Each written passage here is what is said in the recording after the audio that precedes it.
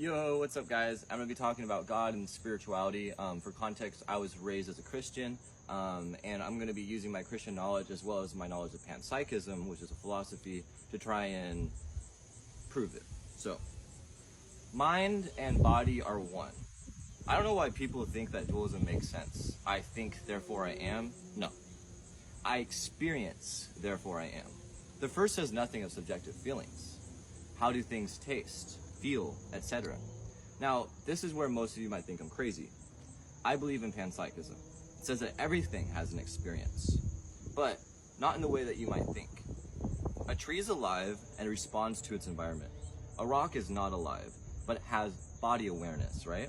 And that it can be destroyed, splinter in a way that we can't necessarily predict, build sentiment, or become igneous. There is a simple response that can be viewed as science. But the predictions of physics are never completely accurate, rather models. The reason I believe that this is because we cannot account for the likeness of aware processes, regardless of how small. Furthermore, I believe in a universal conscious energy that permeates through all, which supports my belief. So, rocks aren't alive, but the universe is. And a rock is a perfect representation of the cosmos, as are we. Perfectly imperfect with varying degrees of awareness. Nth awareness, if you will. At a certain point, the awareness no longer is alive, but rather like a tuning fork, responding to the ebb and flow of the universal awareness regardless. The biggest problem I've ran into this theory is the combination problem.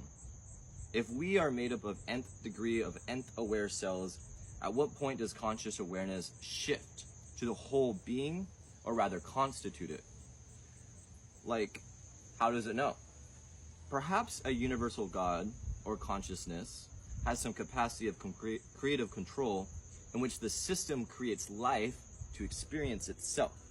So there's probably aliens with intelligence like ours, right? That the universe manifested into existence like us, and they might have a conscious experience like ours with completely different bodies and composed of elements we've never heard of, right? And so just kind of my thoughts on this. So panpsychism is creating a combination problem where we're like, how do we figure this out? How do cells create a person? Well, it's because the universe has a permeating consciousness that's through everything, and it's inside of us. And so if we look at how consciousness operates, it's a mystery. We don't know.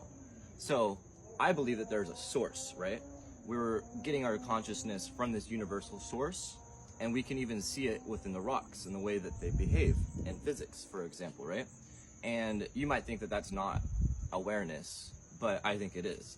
It doesn't necessarily constitute living, but it does constitute awareness, which supports my argument.